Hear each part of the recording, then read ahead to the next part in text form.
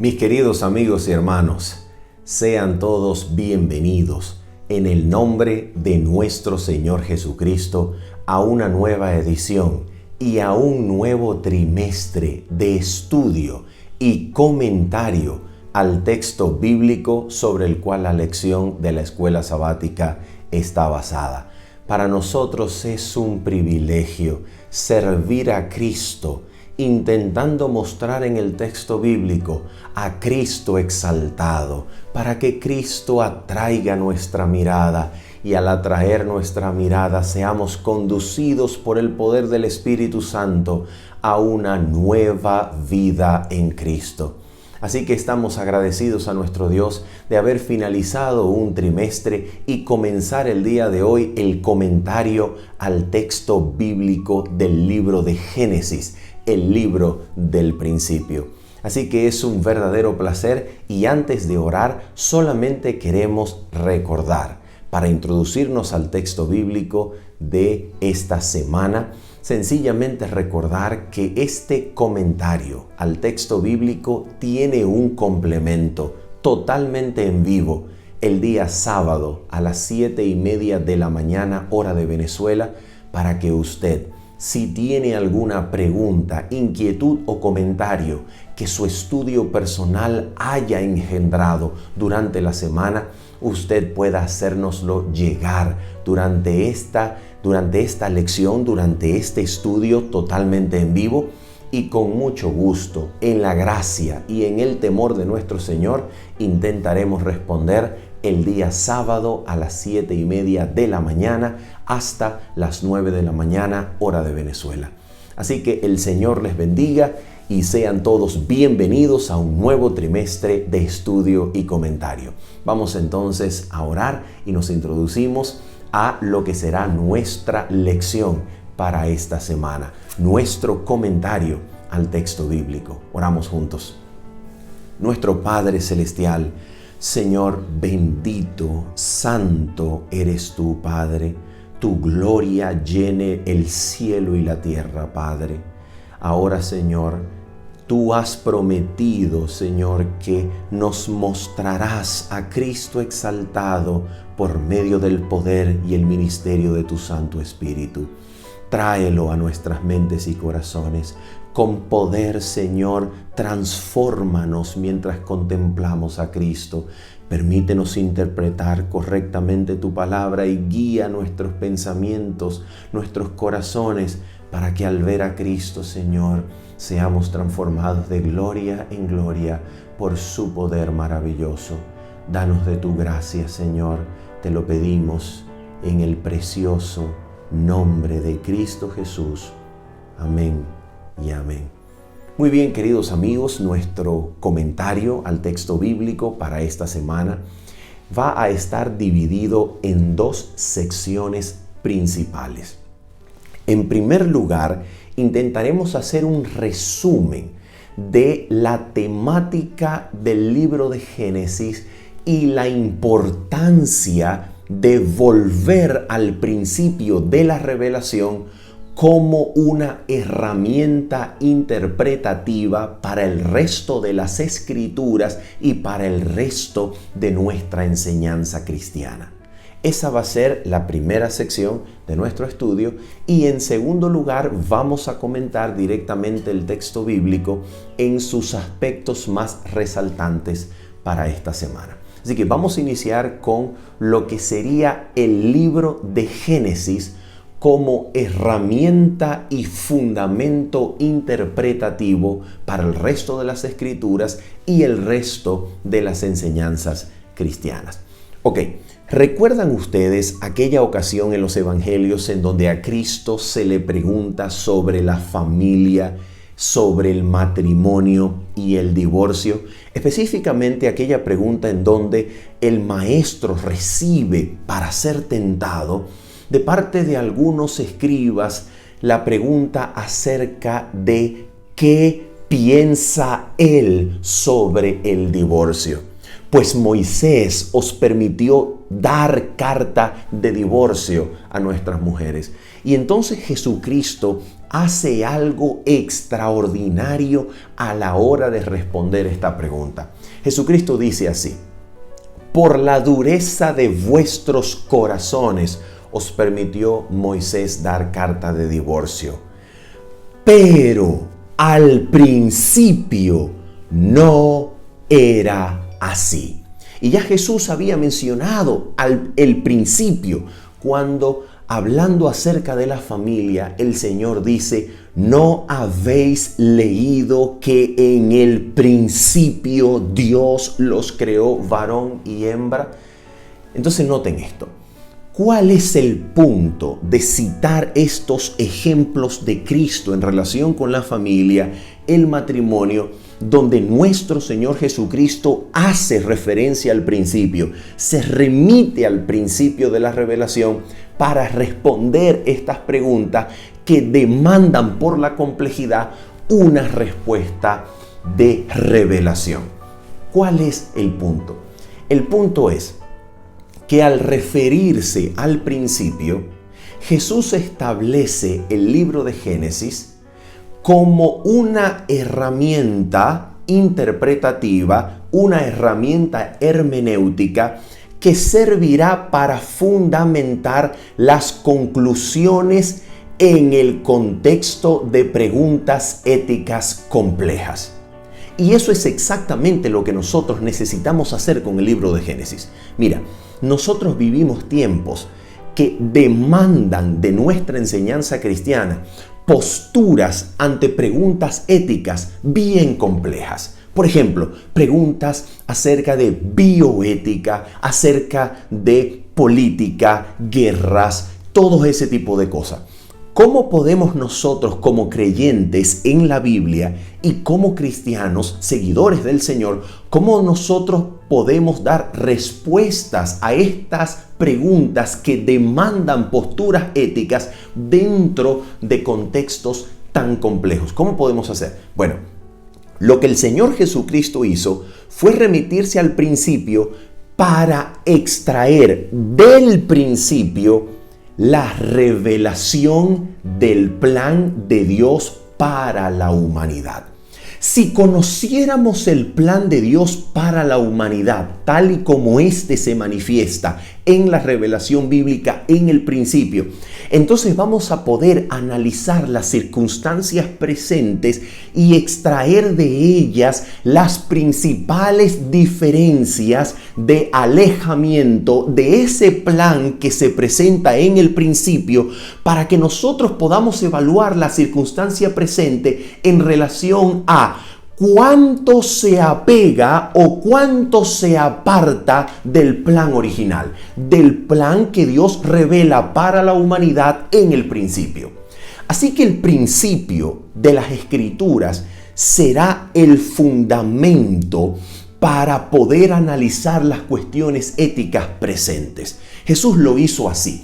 Jesús entonces se traslada al principio, donde se nos muestra el plan de Dios para la familia, el plan de Dios para el matrimonio, la razón por la cual Dios crea seres con necesidades y requerimientos sociales que suple a través del núcleo familiar, y a través de esta revelación del principio Jesús responde que la situación presente que había venido posteriormente con Moisés es una situación tangencial. No forma parte del plan de Dios original para la familia y por tanto es una situación tangencial, es una situación de plan B que no debe tomarse como referencia antes de pasar por el principio de la revelación de este plan. Y es maravilloso porque cuando nosotros vemos las disputas que originó la enseñanza cristiana en el principio de la religión, en el comienzo del primer siglo después de Cristo, el apóstol Pablo, en su defensa del evangelio delante de las comunidades judeocristianas que venían a poner en duda la validez de enseñanzas como la justificación por la fe y la gracia de Cristo para todos los hombres, entonces el apóstol Pablo siguió exactamente el mismo ejemplo del Señor Jesucristo. Ante las disputas y controversias de la justificación por la fe, el apóstol Pablo decía cosas como esta: ¿no habéis leído vosotros los que queréis estar bajo la ley? ¿No habéis leído la ley porque está escrito que Abraham? Y la pregunta es, ¿de dónde sale Abraham? Por ejemplo, en Romanos capítulo número 4, Gálatas capítulo número 4, ¿de dónde fundamenta el apóstol Pablo su presentación y comprensión de la justificación por la fe? ¿Cuál es el ejemplo bíblico al cual el apóstol Pablo hace alusión? Es el ejemplo de Abraham. Y la pregunta es, ¿por qué Abraham? Porque precisamente se encuentra en el principio, porque precisamente representa la primera persona llamada por Dios para bendecir a las naciones del mundo, remitiéndose al principio, comprendiendo el plan en el principio, comprendiendo la relación e interacción de Dios y el hombre en el principio. El apóstol Pablo va a poder responder a las demandas de las disputas sobre la justificación por la fe, la gracia para todos los hombres y todo lo que él tuvo que hacer frente durante su ministerio. Entonces, apelar al libro de Génesis y fundamentar allí en nuestra comprensión espiritual del plan de la salvación, de la revelación bíblica desde el principio, nos va a servir como plataforma interpretativa, hermenéutica, para dar respuesta a las controversias, a las disputas y a las demandas éticas de nuestro contexto actual. Ese es en primer lugar lo que podríamos decir acerca de la importancia del libro del Génesis para el resto de las escrituras y las enseñanzas cristianas. En segundo lugar, nosotros hacemos bien en intentar comprender la temática del libro de Génesis en una misma mirada, en una sola mirada. Porque al comprender a través de una sola mirada, una mirada sinóptica, que es el término que deberíamos utilizar, al realizar una mirada sinóptica completa, integral al libro de Génesis, nosotros podemos luego analizar cada una de sus partes y compararlas con esta mirada general. La pregunta es, ¿cuál es la temática? ¿Cuál es la mirada general acerca del libro de Génesis? Nota esto, hay algo muy pero muy interesante en el libro de Génesis y es lo siguiente. Este libro nosotros podemos dividirlo prácticamente en dos secciones principales y son las secciones que van desde el capítulo número 1 al capítulo número 10 y luego el capítulo número 11 y por allí la mitad del capítulo hasta el final del libro. Entonces, a grosso modo, Génesis puede dividirse en capítulos del 1 a la mitad del 11, o podríamos decir del 1 al 12, y luego desde el 12 en adelante hasta finalizar el libro. ¿Cuál es la razón de esta división? La razón es que la temática de los capítulos 1 al 11 puede decirse que pertenece a una interpretación global, universal de la historia del mundo. Específicamente, que nos lleva a la generación a la cual el capítulo número 12 va a hacer énfasis de allí en adelante, que es la generación, en hebreo el Toledot, la genealogía de Abraham, siervo del Señor, que en el capítulo 12 es llamado, escogido por Dios, y cuya historia familiar nos lleva hasta el final del libro. Entonces, Génesis 1 a la mitad del 11 más o menos es la historia del mundo antes del llamado a Abraham, y desde el 12 o desde la mitad del 11 en adelante es la historia, la genealogía, la generación de Abraham y la historia de toda su familia hasta el final del libro. ¿Y por qué razón esto es importante? Mira por qué. En el comienzo del libro, el libro comienza con el poder efectivo, eficaz, extraordinario, poder creador de la palabra de Dios, de la palabra del Creador. Esta palabra del Creador en el capítulo número 1 da origen a los cielos y la tierra. Y en el capítulo número 2, esta palabra del Creador ordena el ámbito humano. No solamente genera, crea, llama a la existencia las cosas que no son, sino que ahora esta misma palabra creadora va a ordenar el ámbito de interacción humana entre sí y en la interacción entre Dios y el hombre. Esta palabra se le presenta de parte del Creador al hombre como la fuente de su bendición, como la fuente para ordenar el mundo del hombre y para legislar sobre su conciencia y sobre su relación con el mundo y con su prójimo. Génesis 2. Esta palabra en el capítulo número 3 es puesta en duda y se le ofrece al hombre recién creado que ponga su propia palabra, su propio criterio, su propia opinión, y echando suertes con la serpiente, consiga para sí mismo el hombre una fuente de sabiduría para dirigir su mente y corazón distinta de la palabra del Creador. Entonces, la palabra creadora en Génesis 3 se pone en duda, se pone en cuestión, y al ser cuestionada, el hombre se rebela con Dios, se rebela contra Dios y hace de su propia palabra, hace de sus propias ideas, hace de su propia sabiduría la fuente para dirigir su propia vida. ¿Y dónde termina? Atención, ¿dónde termina la historia de la humanidad cuando el ser humano cuestiona la palabra de Dios y hace de su propia sabiduría la fuente para dirigir su vida? ¿Dónde termina la historia humana? Termina en Babilonia, en el capítulo número 11. ¿Te das cuenta? Cuando el ser humano cuestiona la palabra del Creador y hace de su propia sabiduría la fuente de vida, ¿dónde termina su historia? Termina en Babilonia, habiendo pasado, por supuesto, por el diluvio, en donde los pensamientos del corazón del hombre eran de continuo el mal. Así que el cuestionar la sabiduría y la palabra del Creador lleva a la humanidad a Babilonia. Y de Babilonia, de Ur de los Caldeos, Dios llama a un hombre para comenzar el peregrinaje y viaje de la fe. Llama a un individuo por su gracia, por su soberanía, y anhela darle una promesa.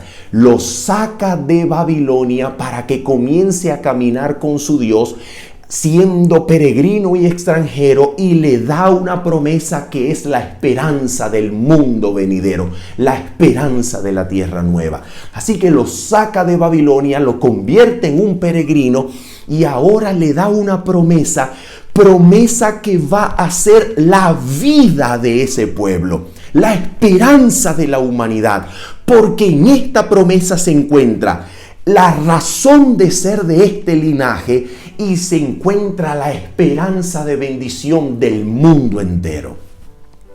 Pero cuando esta promesa, atención, cuando esta promesa no es creída, cuando esta promesa no es recibida por la fe, cuando esta promesa no se mezcla con fe, sino que sus oyentes la interpretan y la reciben, combinada con su astucia, determinación, intención humana, su poder carnal y su manifestación egoísta, cuando se combina la promesa con la intención humana de obrar para sí y por medio de su poder y de su intención tratar de traer a cumplimiento esa promesa por medios humanos y no divinos, entonces, ¿dónde termina el pueblo?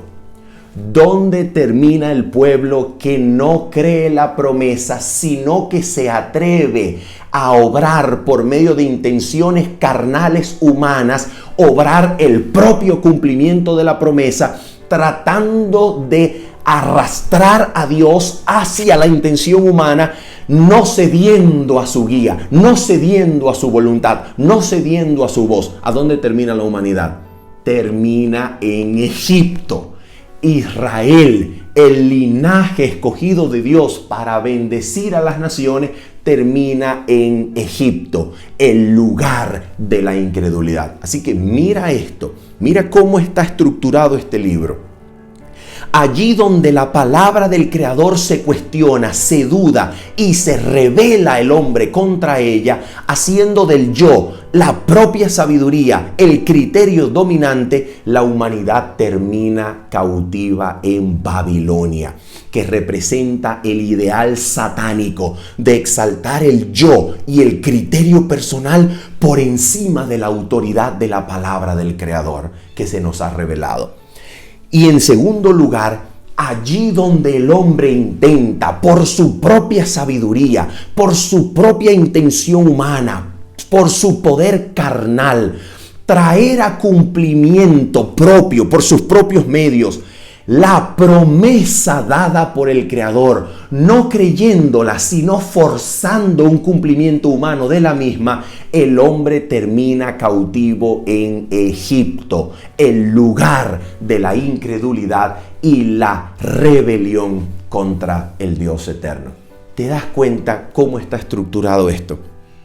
Así que la segunda mitad, desde Génesis 12 en adelante, la historia se va a resumir sencillamente en ¿cuál es la palabra? ¿Cuál es la fuente de vida, de esperanza para la familia, para el hombre, para la nación, para el linaje? ¿Cuál es la fuente que guía la vida? La palabra del Creador y su promesa a la cual hemos de esperar solamente por la fe, anhelando y esperando que Dios por su palabra y por su propio poder cumpla su voluntad en mi vida. O yo voy a obrar por medio de mis intenciones humanas el propio cumplimiento de la promesa, por medio de astucia, por medio de trucos, por medio de diferentes estrategias que la divinidad, que Dios no aprueba, sino que sencillamente nacen en el laboratorio de las ideas humanas. ¿Cuál es la fuente que dirige mi vida? Y esa es la pregunta que va a dirigir toda la segunda mitad del libro de Génesis. Y es exactamente lo mismo en cada una. Por ejemplo, voy a darte un ejemplo. Abraham duda la promesa y termina con un hijo nacido de esclava. Date cuenta, Isaac duda la promesa y termina negando a su esposa a la misma semejanza de Abraham. Jacob duda la promesa y termina pasando años y años de esclavitud y servicio delante de un familiar que lo oprime y que lo ha engañado, hasta ser liberado por el encuentro con el ángel, en donde al rendirse ante el ángel, Jacob aprende la lección que no había aprendido en años y en años de lucha y de esclavitud. Y finalmente, cuando nadie lo espera, cuando nadie lo imagina, cuando la hambruna llega y cuando el linaje y la simiente están prácticamente amenazados de muerte y extinción, de donde nadie lo imagina, de donde nadie lo espera, de donde ningún pensamiento podía haber fraguado y creado ese plan, Dios saca de la esclavitud, de la cárcel, a un hombre humilde que nadie conocía, que nadie se esperaba, y lo exalta hasta el trono de Egipto para darle vida al mundo y por él mantener la vida de la simiente. Donde nadie se lo imaginaba, donde nadie lo esperaba, termina el libro poniendo a José como aquel que sin que nadie lo esperara, Dios saca de medios impensables, de un plan inimaginable, y Dios lo saca, lo exalta para darle vida al mundo, vida a la simiente y terminar con la promesa. Cuando ustedes salgan de aquí, de Egipto, del lugar de la incredulidad, recuerden mis huesos para ser sepultados en la mejor tierra que el Señor les va a dar. una maravilla, una extraordinaria presentación de la temática de lo que es la palabra del Creador y la manera en la que ésta ha de relacionarse con nosotros, con la vida del hogar, con la vida individual, con la vida de la nación, con la vida de la simiente de Dios. Una maravilla de presentación. Así que aquí tenemos la temática del libro en resumen. Esa es la forma en la cual nosotros, al leer cada sección del Génesis, podemos aspirar, comparar con esta temática general para extraer un análisis comparativo entre el texto bíblico en cuestión y la temática general del libro, para saber en dónde estoy ubicado, para saber dónde me posiciono en relación con la interpretación. Bien, vamos entonces al texto bíblico. Vamos a abrir, por favor, nuestra Biblia en Génesis capítulo número 2, versículo número 4. ¿Por qué razón vamos a leer Génesis 2:4 como el primer texto de nuestro estudio y comentario bíblico? ¿Por qué razón? Por favor, presta atención y lee conmigo Génesis 2:4 y por favor date cuenta en la manera en que el orden de las palabras nos va a marcar la división propia en el texto. Mira cómo el texto nos va a marcar la división entre lo que está antes y lo que sigue después, para que te des cuenta cuál será el énfasis de lo que viene antes, cuál es el énfasis y el foco de lo que está después. Y mira la división. La división está en Génesis 2:4, nos dice la palabra del Señor así: estos son los orígenes de los cielos y de la tierra. Nota el orden, por favor, de las palabras. Estos son los orígenes de los cielos y de la tierra cuando fueron creados. Y ahora mira el orden. El día que Jehová Dios hizo. Ahora no dice los cielos y la tierra, sino que ahora dice la tierra y los cielos. Aquí entonces se encuentra la división temática entre Génesis 1, versículos 1 hasta el 2, versículo 3, y Génesis 2, versículo 5 en adelante. ¿Qué es lo que ocurre? Lo que ocurre entonces es que el primer capítulo, hasta el versículo 3 del capítulo número 2, nos va a tratar de la creación de los cielos y la tierra, en esa línea, en ese orden, en ese énfasis.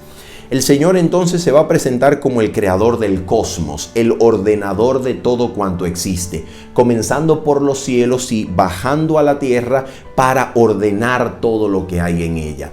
Y esa es la manera en la cual está presentado el capítulo número 1. Por tanto, en el capítulo número 1, Dios se llama a sí mismo, o mejor dicho, la revelación bíblica lo presenta, lo llama y se refiere a él como Elohim.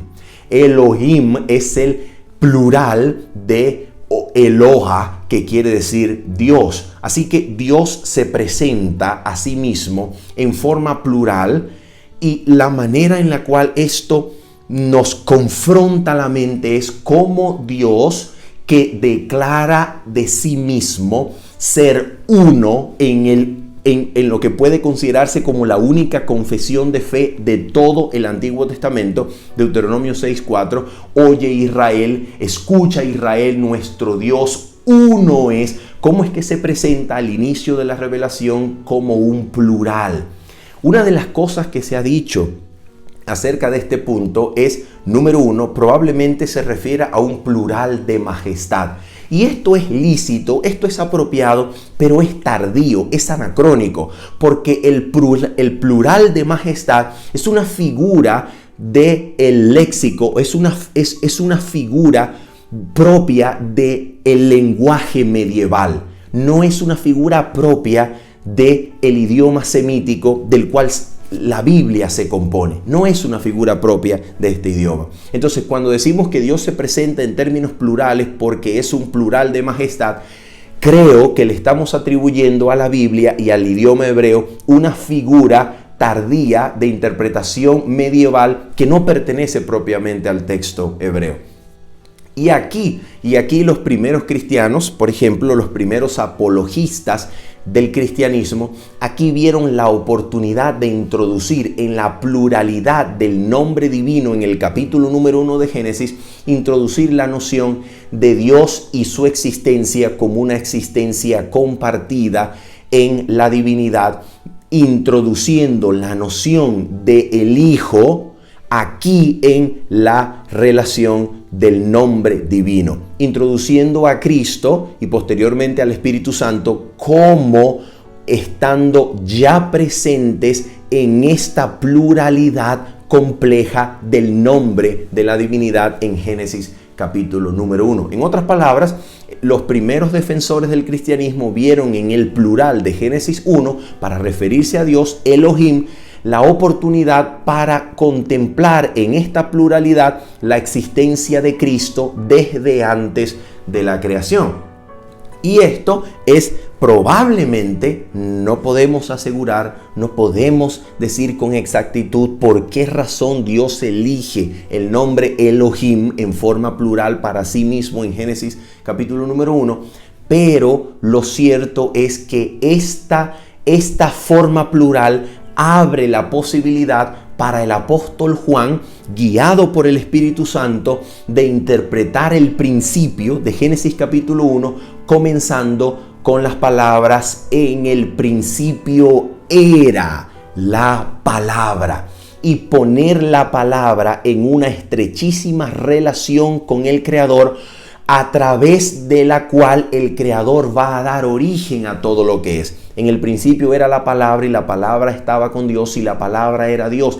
Esta era en el principio con Dios. Todas las cosas por medio de ella fueron hechas, y sin ella nada de lo que ha sido hecho fue hecho.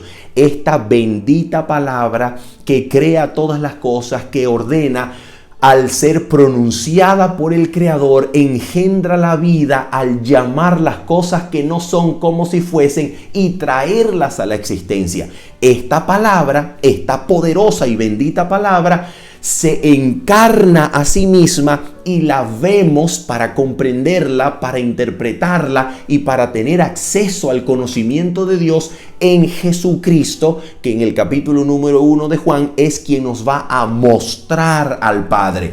La palabra se encarna y nos muestra al Creador desde la intimidad de su carácter. Y eso es maravilloso, porque aquí nosotros podemos entonces ver que el apóstol Juan tenía, por medio del Espíritu Santo, razones suficientes para interpretar el relato de la creación como un relato entre el Padre y el Hijo, en donde el Hijo funciona como la palabra del Creador que engendra y da vida a todas las cosas, y al final se va a encarnar para mostrarlo, de tal manera que va a constituir la más perfecta y clara revelación de este Dios Creador para sus criaturas, incluyendo los ángeles, incluyendo los mundos no caídos. Cristo es la revelación perfecta, absoluta y completa del carácter del Creador para que le conozcamos.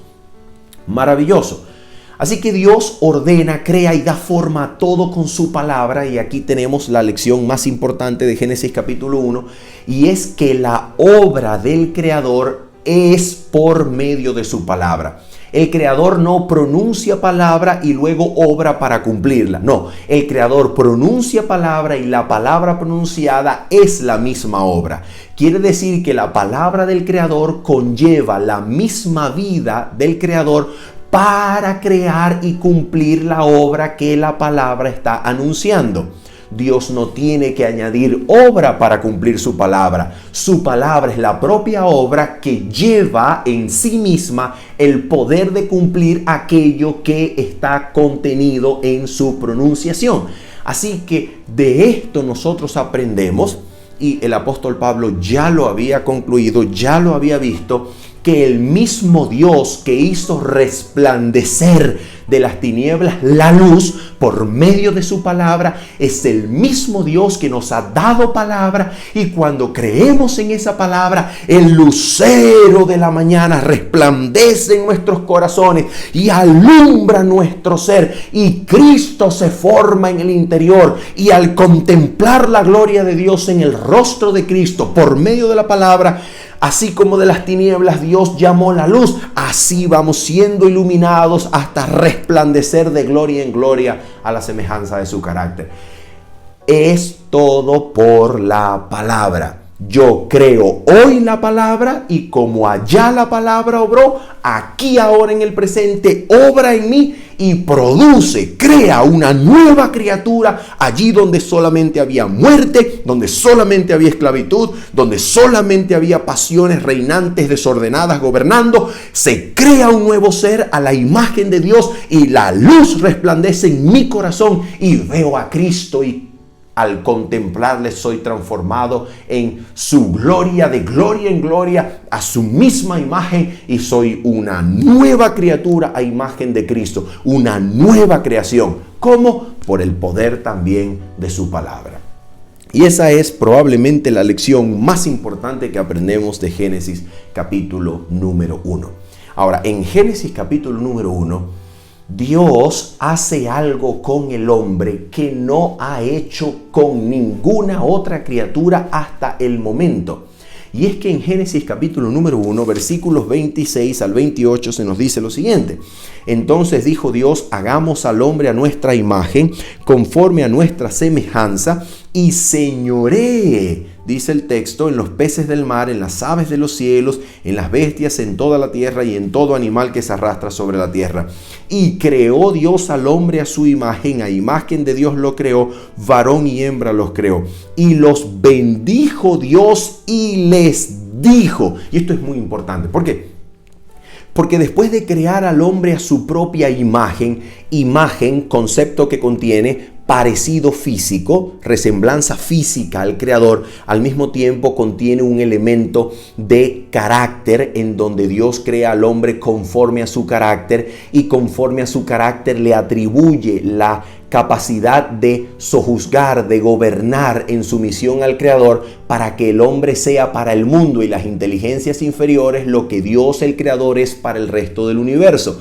Así que no solamente eso, sino que le da al hombre una facultad divina. Y esto no puede explicarse por medio de ciencia alguna. No es posible explicar por medio de la ciencia y la supuesta teoría de la evolución basada en la selección natural. No es posible explicar la complejidad de la mente humana y su lenguaje. No se puede explicar el surgimiento milagroso, maravilloso de la lengua y el lenguaje entre los seres humanos. La articulación de sonidos por medio del aparato digestivo para producir sonidos que puedan ser comprendidos e identificados a referentes existentes, reales, concretos y no concretos, sino ideales, de ideas, de entidades abstractas que evoca el mismo lenguaje, en donde el pensamiento se hace posible solamente en relación a la forma en la que este pensamiento se concreta en palabras, de tal manera que el discurso interno de la mente conmigo mismo es igual al discurso que puedo tener con un compañero, con el prójimo, porque se hace y se media a través del lenguaje. Esta complejidad es imposible de explicar por medio de instrumentos científicos evolutivos. Es imposible, es demasiada complejidad. Esta complejidad de poder hablar, entender al Creador, es también parte de lo que es ser imagen de Dios. Dios crea a esta nueva raza y con esta nueva criatura se comunica. Dios le habla al hombre y el hombre entiende el discurso. Dios le habla, lo bendice por medio de palabra y el hombre tiene en esta palabra del Creador la fuente de bendición, la fuente de la vida. En la palabra del Creador se halla la vida del hombre, la vida verdadera, la vida buena, la vida abundante. Y haciendo de esta palabra su elemento fundacional y fundamental de vida, el hombre hallará su más alto deleite. Maravilloso, maravilloso.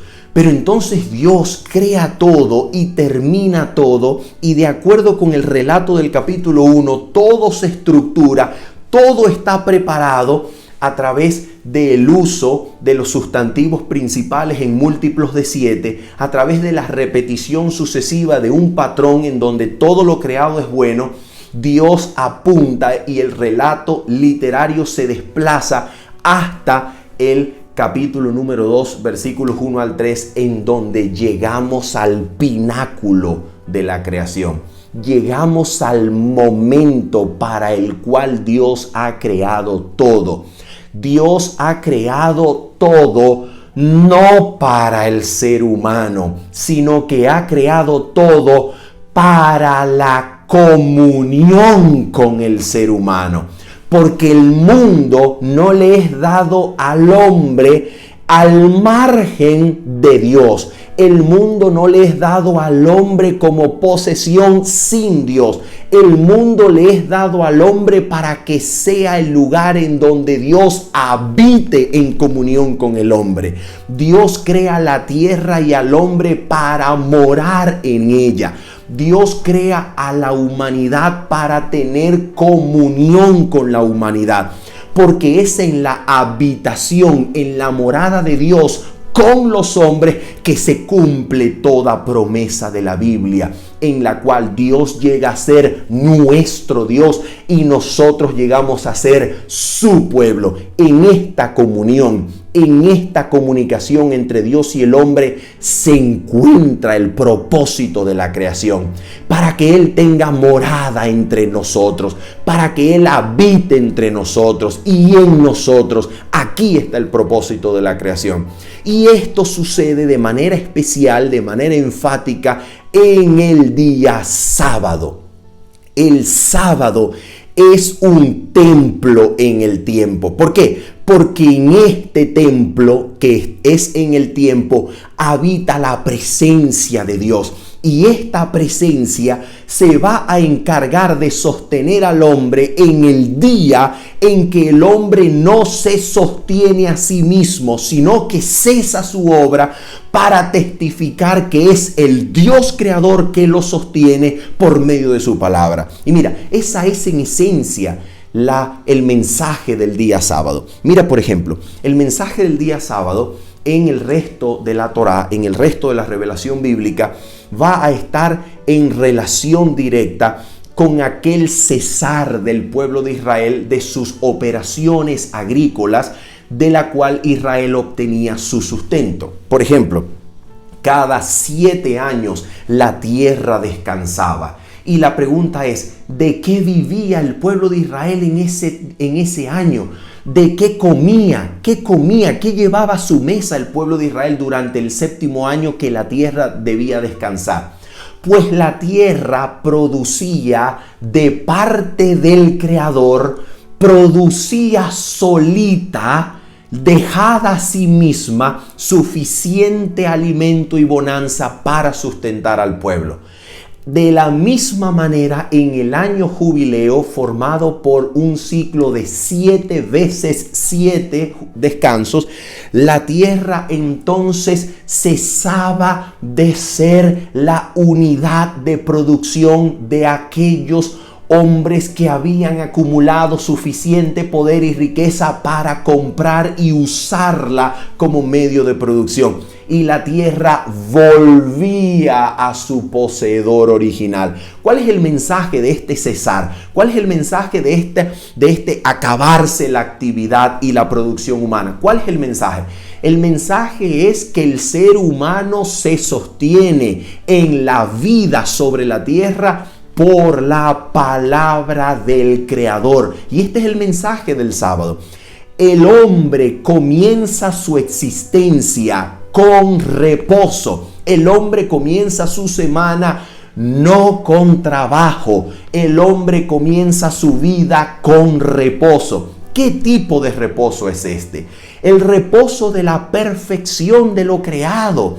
Dios es tan bueno, tan capaz, tan suficiente. Dios es tan fuerte que en Él no hay nada que se le pueda añadir a su obra. Él es tan fuerte que su obra está completa. Él es tan suficiente que su obra es perfecta. Y yo comienzo mi vida como humano descansando en la confianza de que no hay esfuerzo que pueda yo hacer para añadirle o completar la obra de la creación. Yo vivo, yo existo por el poder del Creador. Su presencia, su vida es suficiente para sostenerme. De la misma manera, así sucede con la creación y con la redención.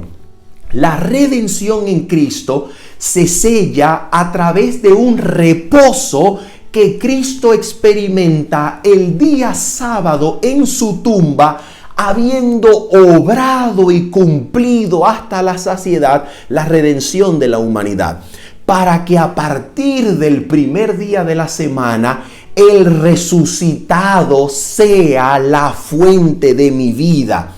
Cristo resucitado, habiendo obrado la redención y reposando en el día sábado, porque ya no había nada más que añadirle, desde el primer día de la semana, entonces yo recibo, ¿qué cosa? Recibo la victoria, el reposo, el poder de Cristo que lo llevó a reposar en el día sábado. La redención, por tanto, se me entrega como completa, se me entrega como una obra de Dios, se me entrega como algo que a mí me va a sostener, a sustentar. Y cuando yo respondo al llamado de Cristo por la fe, respondo no para añadir ni completarle a la obra de la redención, sino para recibirla como una obra completada, una obra en donde la suficiencia de Dios ha hecho todo por mí y yo reposo y descanso siendo sostenido por esa salvación que ya me es dada, que ya es realidad. Así que la redención es un reposar en Cristo a la semejanza del sábado, en donde yo no obro para añadirle, no, sino que yo celebro la obra de Dios. Por tanto, todo lo que sucede en mí, toda respuesta, toda obediencia, toda vida amoldada a la voluntad del Creador es resultado de la obra de Dios en mí, que me sostiene, que me mueve, que me guía, que me hace crecer, que me alimenta. El Creador obra en mí por medio de Cristo que me ha dado redención. Y así el sábado y la redención comparten este lazo de reposo. Reposo en el Creador, reposo en Cristo, que no es más que comunión en la presencia del Creador por medio de Cristo. Cristo redimió a la raza para volverla a poner en unión con la divinidad. Cristo redimió a la raza para darnos entrada a la presencia del Creador. Y al conectarnos con el Creador, disfrutamos, celebramos su obra en nosotros, permitiéndole obrar en nosotros, cediendo a su voluntad para que Él haga en nosotros conforme es su santa voluntad. Así que el hombre, atención, el hombre no comienza su vida en la tierra con un deber. El hombre comienza su vida en la tierra con un reposo.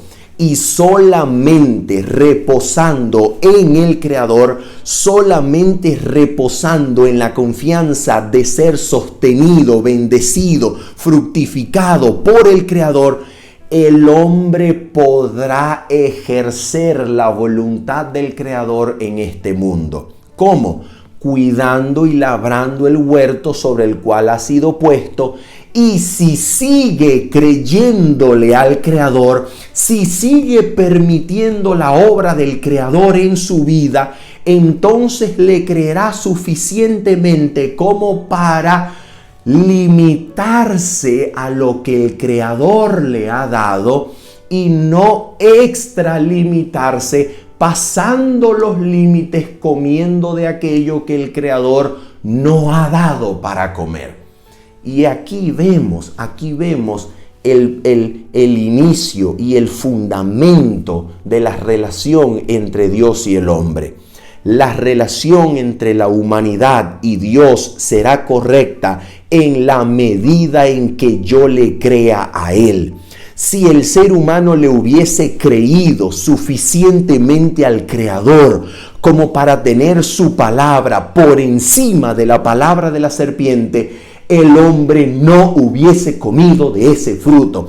Pero porque no le va a creer, porque va a dudar, porque va a cuestionar la palabra del Creador, el hombre va a echar suertes con las palabras de la serpiente, creyendo en esta palabra por encima de la palabra del Creador. Así que el mensaje era claro. Dios creó al hombre para que el hombre pueda ser sostenido por este Creador, comience su existencia en reposo, encuentre en la comunión del reposo con el Creador su poder, su fuente de vida, y al creerle a esta palabra, al gozarse en la perfecta y completa creación, el hombre le cree a su Creador, y confiando y creyéndole, el hombre pueda desplegar en el mundo la obediencia que el Creador anhela ver y que hace en el hombre. Este es el inicio de la revelación bíblica. Es el inicio de la vida del hombre en la tierra. Es el inicio de la historia de la fe. Es el inicio de la historia de la salvación. Y por esa razón es pero tan importante. Terminamos sencillamente diciendo, queridos hermanos, que la enseñanza objetiva más importante de todo este inicio de la revelación bíblica es, repetimos nuevamente, la pregunta: ¿cómo me relaciono con la palabra del Creador? Mientras más cerca esté de su palabra, más cerca estoy del jardín del Edén y de su fruto de vida. Mientras más me alejo de la palabra del Creador, haciendo de mi propia sabiduría el motivo que dirige mi propia vida, y haciendo de mi criterio, de mi opinión, de mi sabiduría, todo lo que mi vida es, entonces más alejado del Edén y más cerca de Babilonia, en la satánica exaltación del yo, y en segundo lugar, más alejado de su promesa, menos confianza y dependencia en su promesa, más cerca de Egipto, de la incredulidad que niega a Dios para hacer de la fuerza humana su más grande Dios. Y esto es precisamente de lo que trata el libro de Génesis. ¿Cómo te relacionas con la palabra del Creador?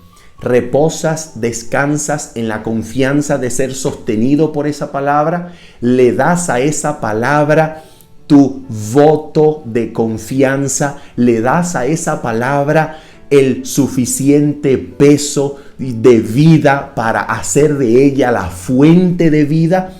¿O te pondrás a ti mismo como fuente de vida para terminar en Babilonia? ¿O negarás, manifestarás incredulidad a las promesas de esta palabra para terminar cautivo en Egipto, haciendo de tu fuerza y de tu poder lo más grande que hay? Y esto es precisamente la pregunta que resume todo.